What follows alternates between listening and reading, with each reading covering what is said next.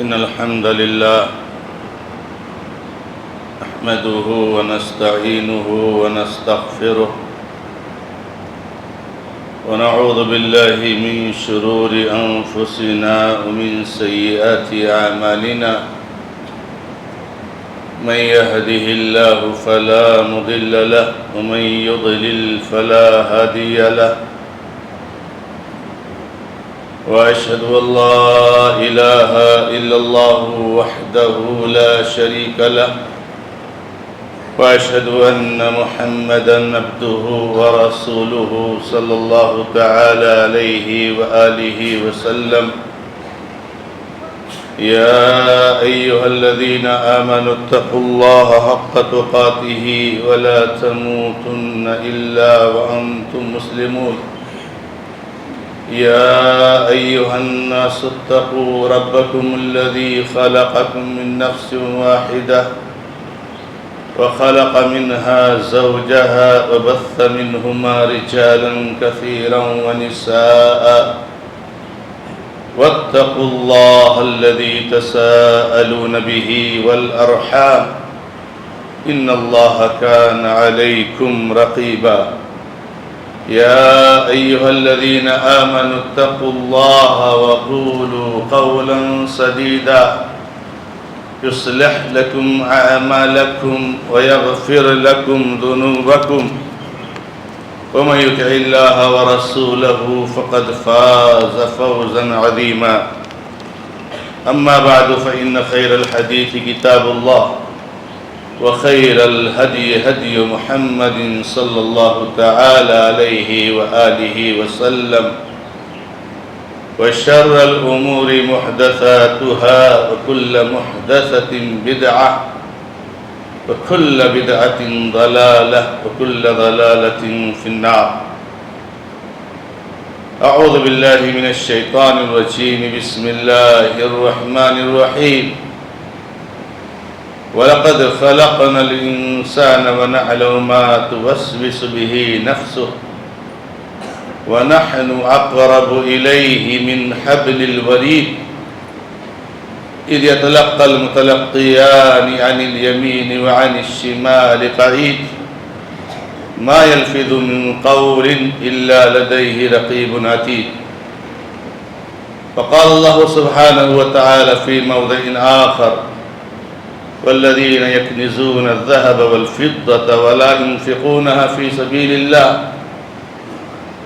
فبشرهم بعذاب أليم يوم يحمى عليها في نار جهنم فتكوى بها جباههم وجنوبهم وظهورهم هذا ما كنزتم لأنفسكم فذوقوا ما كنتم تكنزون وقال النبي صلى الله تعالى عليه وآله وسلم بني الإسلام على خمس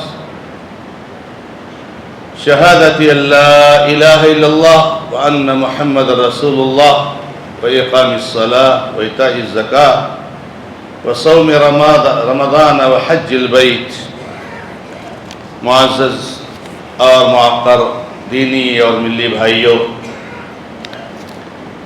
بزرگوں، نوجوان دوستوں اور ملت اسلامیہ کی نہایت ہی معزز اور معقر خواتین، ماں اور بہنوں،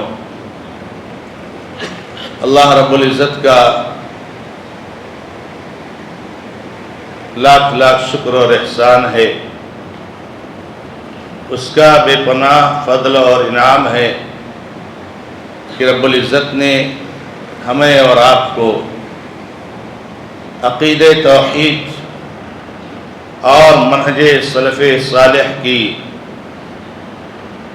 پابندی کرتے ہوئے رمضان کے عظیم دن اور رات سے فائدہ اٹھانے کا موقع فرمایا ہے۔ میں میرے بھائیوں، عقیدہ توحید اور اتباع سنت منہج سلف صالح کی تقیید کی بات خصوصی طور سے کہہ رہا ہوں، کیونکہ اکثر مسلمان بھائی ایسے ہیں جو اس بات کی اہمیت نہیں سمجھتے ہیں اور ان پر رونا آتا ہے، ان کو دل دیکھ کر روتا ہے، افسوس ہوتا ہے کتنی محنت کرتے ہیں اور کتنی مشقتیں اٹھاتے ہیں، لیکن شرک کی وجہ سے، بدعات کی وجہ سے اللہ رب العزت کوئی نیکی قبول نہیں کرتا ہے۔ یہ رب العالمین کا سب سے بڑا کرم اور احسان ہے۔ میرے بھائیوں، اللہ رب العزت کا بڑا ہی بے پناہ شکر اور احسان ہے کہ رمضان کا ایک ہفتہ گزر چکا ہے، آج 8واں روزہ ہم اور آپ رکھے ہوئے ہیں، اور اس کے کچھ ہی ایام رہ گئے ہیں، لہذا ہمیں اور آپ کو زیادہ سے زیادہ اس مہینے میں عبادات میں محنت کرنی چاہیے۔ اللہ کے بندوں، ماں اور بہنوں، اس مبارک مہینے میں اللہ کے نبی علیہ السلام کی ایک عظیم سنت یہ ہے کہ بہت زیادہ صدقہ اور خیرات کے ذریعے سے رب العالمین کو خوش کیا کرتے تھے۔ چنانچہ آپ بہت ہی سخی تھے، لیکن رمضان میں جب جبریل علیہ السلام کی آپ کی ملاقات ہوتی، کیونکہ آپ صلی اللہ علیہ وسلم رمضان میں خصوصیت کے ساتھ جبریل علیہ السلام سے قرآن کی کلاس لیتے تھے، ان کو سناتے تھے دور، اور قرآن کا مراجعہ کرتے تھے، کیونکہ جبریل علیہ السلام کو قرآن اللہ تعالیٰ نے سکھایا ہے، اور اللہ تعالیٰ نے ان کو حکم دیا تھا کہ محمد رسول اللہ صلی اللہ علیہ وسلم کو سکھاؤ۔ تو جبریل علیہ السلام آپ کے استاد ہیں محمد رسول اللہ صلی اللہ علیہ وسلم کی۔ تو جب ملاقات ہوتی تھی تو آپ کی سخاوت بہت زیادہ بڑھ جاتی تھی، لہذا اس مہینے میں اپنے مال اور دولت کو خوب لٹانا چاہیے میرے بھائی۔ یہ ہماری اور آپ کی کمی اور کمزوری کہہ لیجئے کہ ہم اور آپ صدقات اور خیرات کی اہمیت کو سمجھ نہیں سکے، یا ہم نے تھوڑا سا اس کے سمجھنے میں غلطی کی ہے کہ ہم نے زکوٰۃ کو اس مہینے میں لا کر کے زکوٰۃ نکالنا شروع کر دیا ہے۔ کوئی بات نہیں، رمضان کی فضیلت کو حاصل کرنے کے لیے اگر رمضان کے بعد 2-4 مہینے 6 مہینے کے بعد زکوٰۃ فرض ہو رہی تھی، آپ نے رمضان میں پہلے ہی نکال دیا، تو یہ محمد رسول اللہ صلی اللہ علیہ وسلم کی سنت ہے زکوٰۃ پہلے نکالنا، تاکہ رمضان کی بھی فضیلت مل جائے اور جو ہے ہماری زکوٰۃ بھی نکل جائے۔ لیکن ان بھائیوں کے لیے تنبیہ ہے کہ جن کی زکوٰۃ رمضان سے پہلے فرض ہوتی ہے، وہ رمضان کا اگر انتظار کرتے ہیں تو میرے بھائیوں یہ غلط ہے، ایسا نہیں ہونا چاہیے۔ تو زکوٰۃ عام طور سے ہمارے مسلمان بھائی رمضان کے مہینے میں نکالتے ہیں، اور ظاہر سی بات ہے اس منبر کا تقاضا ہے، محمد رسول اللہ صلی اللہ علیہ وسلم کی سنت ہے، اللہ کے نبی صلی اللہ علیہ وسلم کی توجیہ ہے کہ یہ منبر عوام الناس مسلمان بھائیوں کی رہنمائی کے لیے بنایا گیا ہے، اس پر مسلمان بھائیوں کی دینی رہنمائی ہونی چاہیے، ان کی شرعی توجیہ ہونی چاہیے، محمد رسول اللہ صلی اللہ علیہ وسلم کی سنتیں بتائی جانی چاہیے۔ اللہ رب العزت نے جو شریعت دی ہے اس شریعت کے اصول اور ضابطے بیان کیے جانا چاہیے۔ تو میرے بھائیوں، ہمیں معلوم ہونا چاہیے کہ زکوٰۃ ہمارے اوپر فرض ہے۔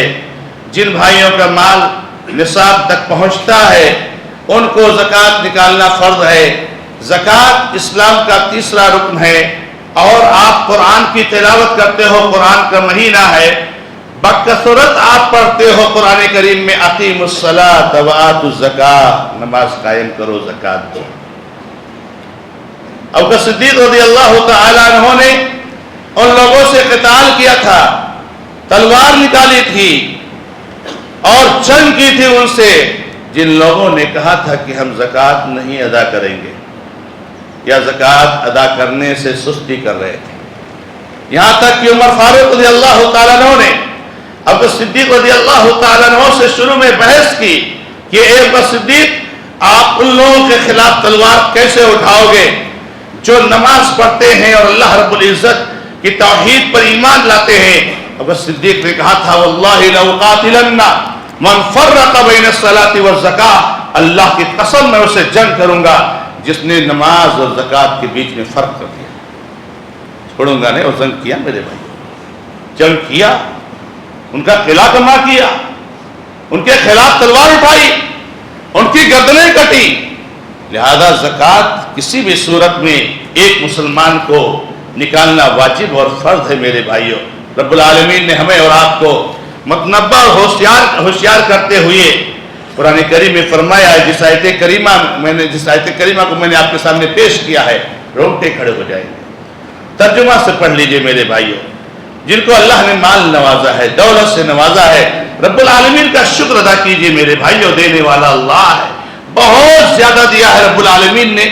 نکالنا تھوڑا سا, 1 لاکھ دیا ہے, 2,500 دینا ہے. اللہ اکبر. رب العالمین نے مانگا بھی تو تھوڑا سا مانگا. 1 لاکھ روپیہ ہے, 2,500 دے دو بھائی. اور یہ 2,500 بھی آپ کو ہی واپس کر دیا جائے گا. اور 2,500 کا معلوم کتنے گنا بڑھا کر کے واپس کیا جائے گا. یاد رکھو گا تب بھی بات سمجھ میں نہیں آتی ہے. تو اللہ تعالیٰ نے ہوشیار کیا ہے کہ وہ لوگ جو زکوٰۃ کو, جو سونا اور چاندی کو جمع کر کے رکھتے ہیں, اللہ کے راستے میں خرچ نہیں کرتے ہیں, ان کو دردناک عذاب کی خوشخبری دے دی. جس دن ان کے مال کو جہنم میں تختیاں بنا کر کے گرم کیا جائے گا. تختیاں بنائی جائیں گی جہنم میں, ان کے سونے کے, ان کے چاندی, ان کے مال کو.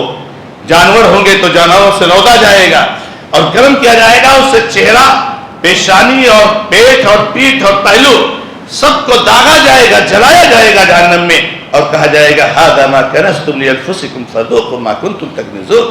یہی وہ مال ہے جو تم جمع کر کر کے رکھتے تھے, زکوٰۃ نہیں دیتے تھے, مزہ چکھ لو, مزہ چکھ لو میرے بھائیوں.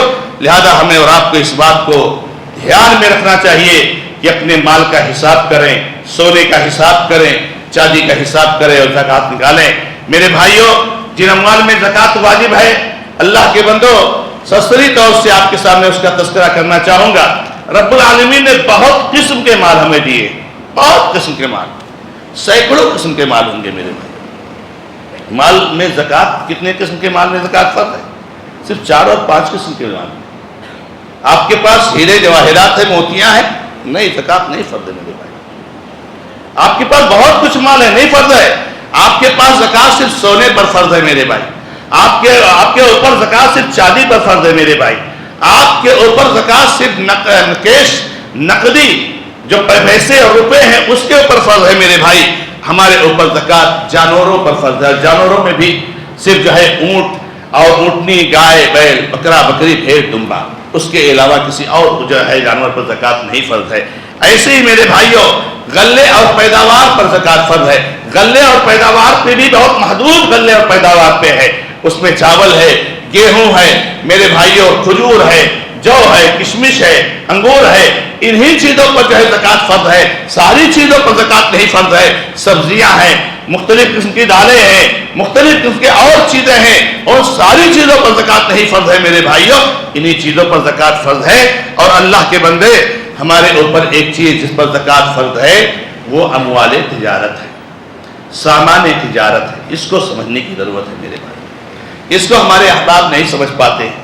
سامان تجارت ہے. سامان تجارت کا مطلب یہ ہے کہ جو سامان ہم نے جو ہے رکھا ہوا ہے, محفوظ کیا ہوا ہے, اسٹور کیا ہوا ہے, بیچنے کے لیے, اس سے پرافٹ کمانے کے لیے, میرے بھائیوں اس پر زکوٰۃ ہے. اب وہ دکان کی شکل میں ہو, وہ کسی اور شکل میں ہو, کہیں آپ نے کمپنی میں انویسٹ کیا ہو, کچھ کیا ہو, اور ایک چیز اور ہے, فلیٹ, مکان, دکان اور کھیت پراپرٹی کی شکل میں ہو میرے بھائی. فلیٹ آپ نے خریدا ہوا ہے رہنے کے لیے, آپ نے خریدا ہوا ہے دکان بعد میں کرنے کے لیے, یا آپ کے پاس پیسہ تھا آپ نے انویسٹ کر دیا, اس پر زکوٰۃ نہیں ہے. لیکن اگر آپ کا بزنس ہے, آپ کا کاروبار ہے, آپ کی یہ تجارت ہے کہ آپ زمین خریدتے ہو, بیچتے ہو, تو اس پر زکوٰۃ فرض ہے میرے بھائیوں. سامان تجارت ہے.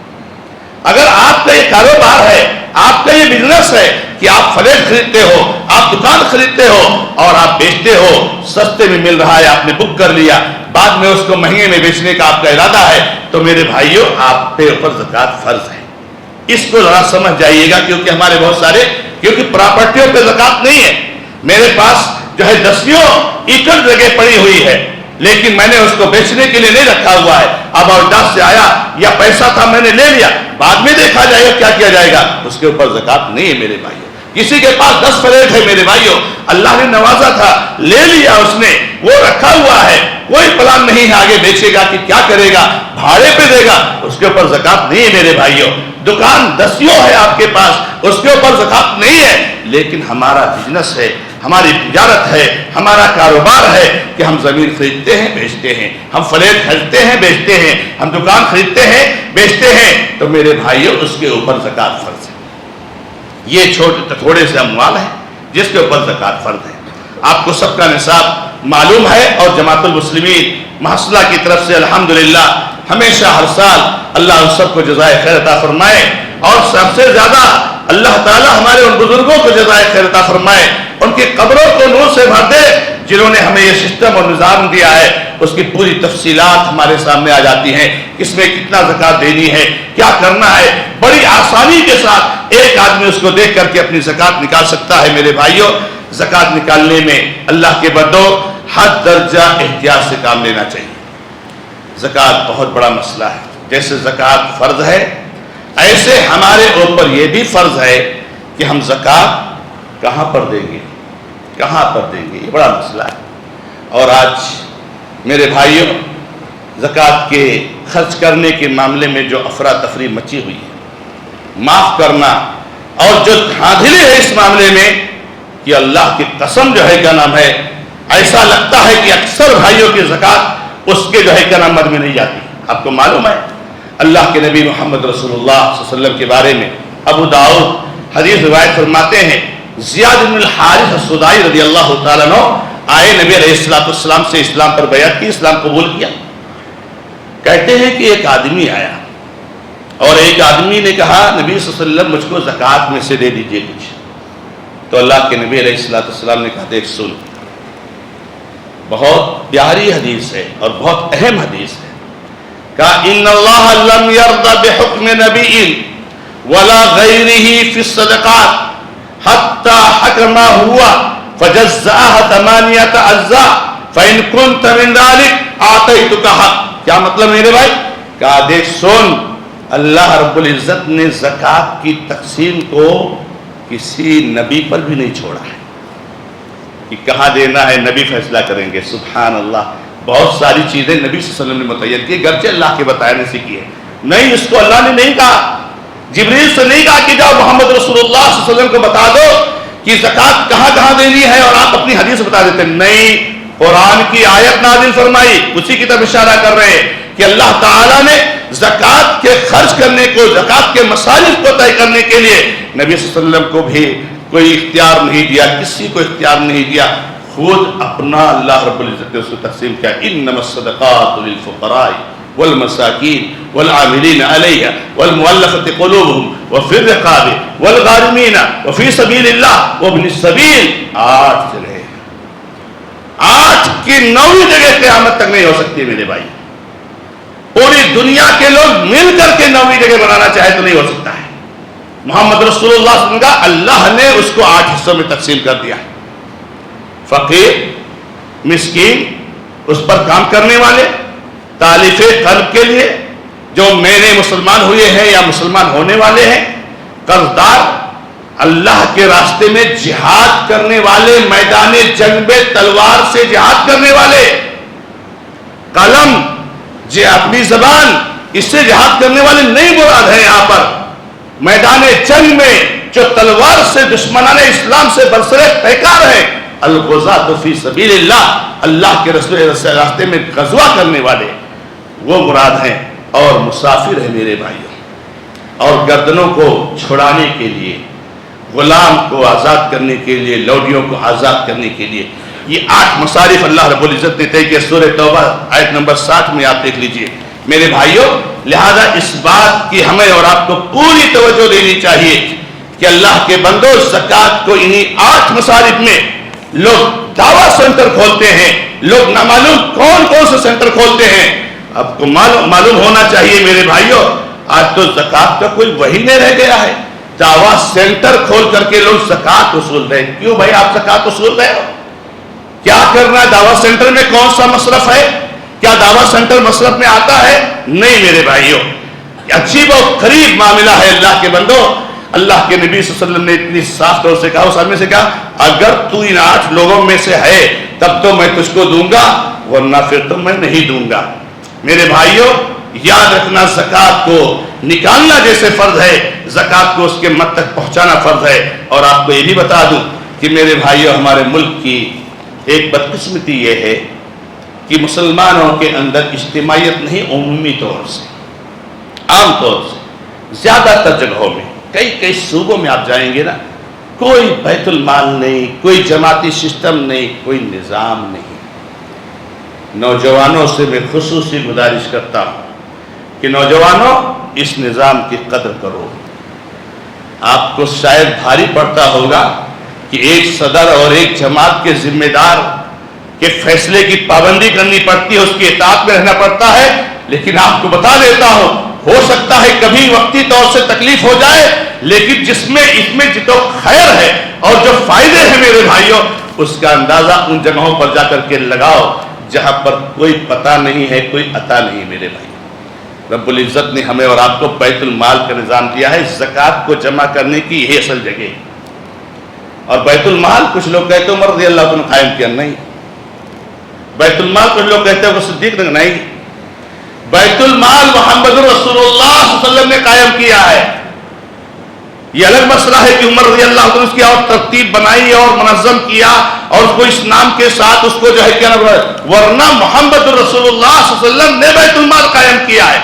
اللہ کے نبی صلی اللہ علیہ وسلم ہر علاقے میں زکوٰۃ وصولنے والوں کو بھیجتے تھے اور جا کر کے زکوٰۃ وصول کر لے کر کے آتے تھے اور محمد رسول اللہ صلی اللہ علیہ وسلم کے پاس جمع تھا۔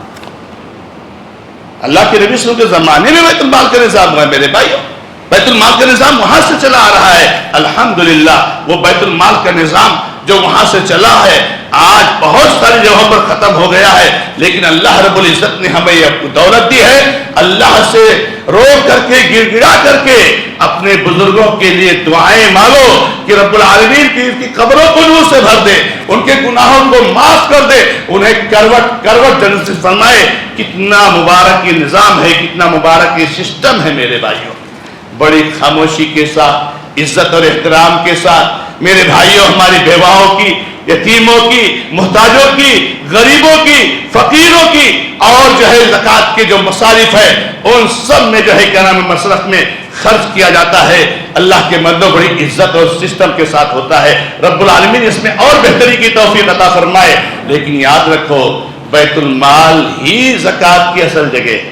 ہمیشہ آپ کو اس منبر سے کہا جاتا ہے، ہاں الگ مسئلہ ہے کیونکہ جو اجتماعی بیت المال ہمارا نہیں ہے، جیسے ہمارے گاؤں سے باہر نکل کر کے اگر کسی کا کوئی رشتہ دار ہے جو اس کا رشتہ دار ہے، قریبی رشتہ دار ہے اور وہ ضرورت مند ہے، وہ بیمار ہے، علاج کے لیے پیسہ نہیں ہے، کھانے کے لیے پیسہ نہیں ہے، کوئی بیٹی ہے ہماری، کوئی بہن ہے ہماری، کوئی ہماری ماں ہے جس کی شادی کا انتظام کرنا ہے، تو میرے بھائیوں اب ضرور جو اپنے رشتہ دار کو زکوٰۃ دو، لیکن زکوٰۃ کے گھومنے والوں کو، زکوٰۃ ادھر ادھر نہ معلوم کتنے مختلف کے سینٹر ہیں ان پر میرے بھائیوں زکوٰۃ نہ دو، بیت المال میں جمع کیجئے۔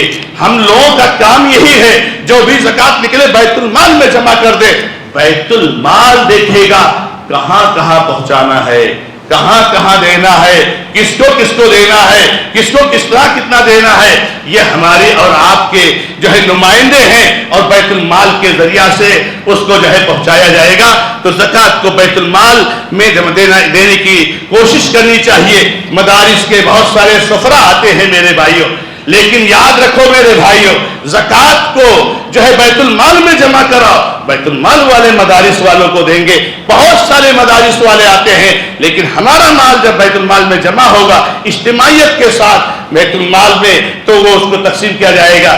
مدارس اللہ کے بندو جب مدرسے کا نام آ گیا ہے تو میرے بھائی آپ کو کہوں بہت بڑی چیز ہے، مدرسہ بہت بڑی چیز ہے۔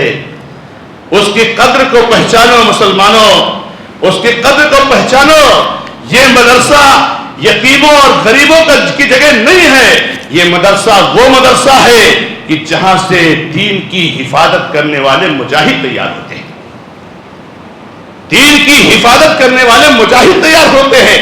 اپنا مال بانٹو میرے بھائیوں مدرسوں میں، مدرسوں کی حفاظت کرو. یہ بہت افسوس کی بات ہے، بہت ایسا سسٹم نظام بنا ہوا ہے کہ زکوٰۃ میں رمضان کا مسئلہ چلتا ہے. سارے مدارس کے علماء، کتنے سارے علماء ہیں کہ جو بیچارے رمضان کے مہینے میں روزے کی تکلیف کو جھیل کر سفر کرنے پر مجبور ہو جاتے ہیں. ہونا تو یہ تھا میرے بھائیوں کہ ہم سب لوگ کوئی سسٹم بنائیں اور مدارس کے علماء کو کہہ دیں کہ آپ فارغ البالی سے، آپ پوری توجہ کے ساتھ، آپ پوری یکسوئی کے ساتھ بچوں کو تعلیم دینے میں لگے رہو. مدرسے کے اخراجات کو ہم پوری کریں گے، اپنے پیسوں سے پوری کریں گے، اپنے سونے اور گوشت سے پوری کریں گے. اس کے لیے قربانیاں دینی چاہیے. اور مدرسے والوں کی ذمہ داری بنتی ہے کہ قوم کے لوگ اپنے بچوں کو ان کے حوالے کرتے ہیں پوری یکسوئی کے ساتھ، ادھر ادھر جا کر کے نہیں. یہ بھی ایجوکیشن لے آؤ، وہ بھی ایجوکیشن لے آؤ، یہ فیکلٹی کھول لو، وہ فیکلٹی کھول لو. مدرسے میں بچوں کو دین کی تعلیم دیجیے. یہ الگ مسئلہ ہے کہ ایسا سپورٹ ہو، ایسے سسٹم ہو کہ مدرسے میں پڑھنے والے بچے بھی دین اصلی تعلیم سے پیچھے نہ رہے، وہ اصلی تعلیم سے نابلد نہ رہے. لیکن مدرسے کے ذمہ داران اگر ادھر ادھر جائیں گے اور دوسرے فیکٹریز کھولیں گے تو بہت ساری مثالیں ہمارے ملک میں دی جا سکتی ہے کہ مدرسہ وہاں پہ ختم ہو چکا ہے، اس کا فائدہ ختم ہو چکا ہے. تو مدرسے کی اہمیت اور افادیت پر کوئی سوال نہیں ہے، کوئی جو ہے اس کے بارے میں شک نہیں کر سکتا ہے. لیکن میرے بھائیوں، زکوٰۃ کو بیت المال میں جمع کراؤ اور مدرسے کو اپنے پیسے سے آپ سپورٹ کرو. اس کی پوری ذمہ داری ہماری بنتی ہے. اور یہ مت سمجھو کہ ہمارے اوپر فرض نہیں، ہمارے اوپر فرض ہے. مدرسے اور مراکز، دعوت سینٹر، یہ ہمارے اوپر فرض ہے کہ ہم ان کو چلائیں. ہمارے اوپر فرض ہے کہ ہمارے بچے پڑھیں اور ہمارے بچے حدیث جانیں. میرے بھائیوں، آج آپ جانتے ہو کہ بتاؤ پورے ملک میں اگر دین کی اشاعت کی بات ہو رہی ہے، آج ہمارے دینی مسائل کی توجیہ کی بات ہو رہی ہے، تو کون آپ کے سامنے آ رہا ہے؟ کون آپ کی رہنمائی کر رہا ہے؟ یہی مدرسوں سے پڑھنے والے بچے نا میرے بھائیوں. تو ان کو سپورٹ کرنا اور ان کی مدد کرنا ہماری ذمہ داری ہے. تو اللہ کے بندو، مدرسے کی اہمیت اپنی جگہ پر ہے، لیکن مدرسے والوں کی بھی ذمہ داری ہے. اپنی ذمہ داری کو سمجھیں، ہمارے بھائیوں کی ذمہ داری ہے اپنی ذمہ داری کو سمجھیں. ہر ایک اپنی ذمہ داری کو سمجھ کر کے وہ سارے معاملات کو طے کریں. اللہ رب العزت ہمارے لیے آسانیاں پیدا کرے گا، رب العالمین ہمارے لیے خیر پیدا کرے گا. اس لیے میری آپ سے اپیل ہے کہ زکوٰۃ کو نکالیے، حساب کیجئے. اور ماں اور بہنوں سے خصوصی گزارش کروں گا کہ ماں اور بہنوں، کچھ ایسے وسوسہ پیدا کرنے والے معاشرے اور سماج میں پیدا کرتے رہتے ہیں کہ زیورات میں زکوٰۃ نہیں ہے.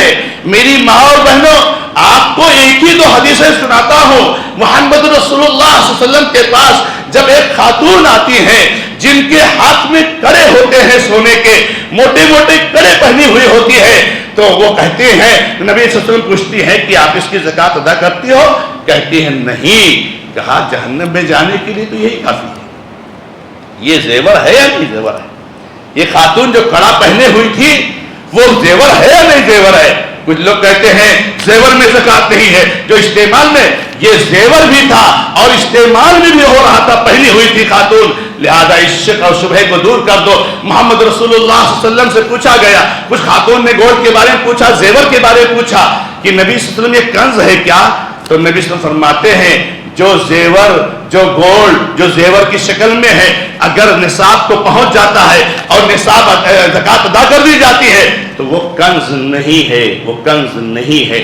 اور نہ ادا کی جائے تو وہ کنز ہے جس کی مذمت اللہ تعالیٰ نے قرآن کریم فرمائی ہے. تو زیورات کی بھی زکوٰۃ ہمیں نکالنی چاہیے.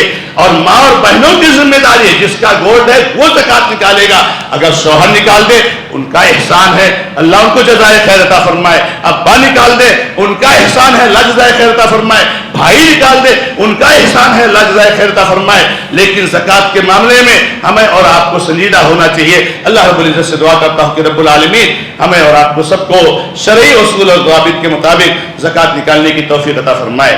اللہ رب العزت ہمیں غلطیوں کی ہماری غلطیوں کی اصلاح فرمائے، اللہ تعالیٰ ہمیں معاف کرے۔ رب العالمین ہمارے روزوں کو، ہمارے قیام کو، ہماری عبادتوں کو قبول فرمائے، ہماری تلاوت، دعا، توبہ، استغفار سب کو قبول فرمائے۔ اللہ تعالیٰ ہمارے گاؤں کی جو اجتماعیت ہے رب العالمین اس کو مزید مضبوط بنائے، اللہ تعالیٰ اس کو مضبوط بنائے اور ہم سب کو اجتماعیت کی اہمیت کو سمجھنے کی توفیق عطا فرمائے۔ اللہ تعالیٰ ہمارے بیت المال کو مستحکم کرے، بیت المال مستحکم ہوگا تو ہمارے غریب اور مسکین اور فقیر یہ مستحکم ہوں گے، اور جب غریب مستحکم ہوتے ہیں تب نبی صلی اللہ علیہ وسلم کہتے ہیں ان کے ذریعے سے تمہارے اوپر خیر کا نزول ہوتا ہے۔ اللہ رب العزت اس سسٹم کو جو ہے بہترین بنائے اور مستحکم بنائے اور ہمارے بزرگوں کی قبروں کو نور سے بھر دے۔ اللہ تعالیٰ ان سے جو ہم کو امانت ملی ہے رب العالمین اس کو ہمیں کما حق اٹھانے اور اپنے بعد والوں تک پہنچانے کی توفیق عطا فرمائے۔ اللہ تعالیٰ اس میں کسی طرح کی نئے انحراف سے ہمیں محفوظ رکھے۔ بارک اللہ لی و لکم فی القرآن الکریم ونفعنی وإیاکم بالآیات والذکر الحکیم، انہ تعالیٰ جواد کریم ملک بالرؤوف الرحیم۔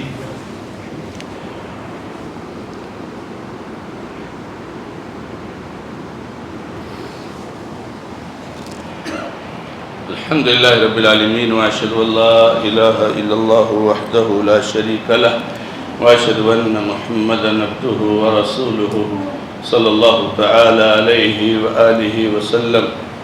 اعوذ باللہ من الشیطان الرجیم، بسم اللہ الرحمن الرحیم۔ ان اللہ وملائکتہ یصلون علی النبی یا ایہا الذین آمنوا صلوا علیہ وسلموا تسلیما۔ اللہم صل علی محمد وعلی آل محمد كما صليت على إبراهيم وعلى آل إبراهيم إنك حميد مجيد۔ اللهم بارك على محمد وعلى آل محمد كما باركت على إبراهيم وعلى آل إبراهيم إنك حميد مجيد۔ ربنا ظلمنا أنفسنا وإن لم تغفر لنا وترحمنا لنكونن من الخاسرين۔ ربنا آتنا في الدنيا حسنة وفي الآخرة حسنة وقنا عذاب النار۔ ربنا لا تزغ قلوبنا بعد إذ هديتنا وهب لنا من لدنك رحمة إنك أنت الوهاب۔